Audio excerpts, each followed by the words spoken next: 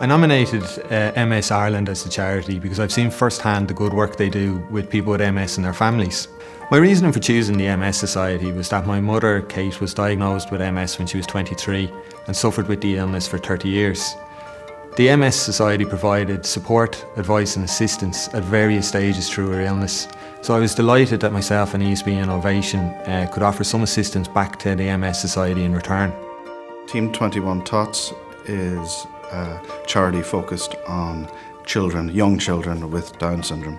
And the reason we nominated that charity is because we have a young child, Connor, who's 4.5 at the minute, who has Down syndrome. And Connor benefited greatly from being involved in that particular group. My nominated charity is ataxia, which is a genetic neurological disorder which affects the balance in children. The charity that I nominated was Motor Neuron Ireland. My cousin, who was really healthy, 25-year-old, a footballer, he first, what we noticed was he kind of would slur his words or he might trip up. And it just slowly fades your muscles away. So in the end, he was paralysed. He had to be fed through a drip and he died on his 31st birthday. The charity that I nominated was Diabetes Ireland, and the reason I nominated this was in 2014 our daughter Kate was diagnosed with type 1 diabetes. The charity I nominated was the Capuchin Day Centre for the Homeless.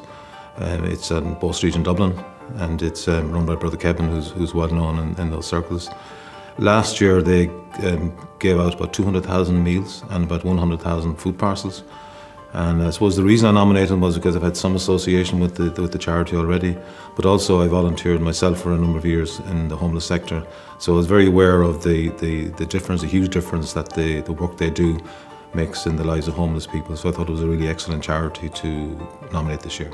We all nominate charities, but I never thought that it would be a charity that would be of a personal nature to obviously me and my husband and my family.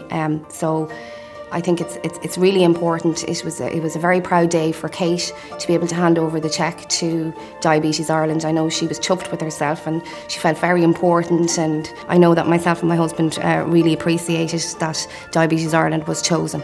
The cheque made a huge difference.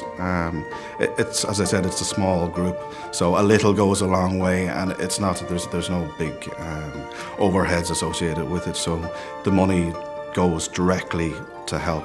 It was a great feeling to hand money over to a charity that you know the people who are involved, and you know that it's going to go towards something that will help them eventually, maybe not them but anybody else who is affected by it.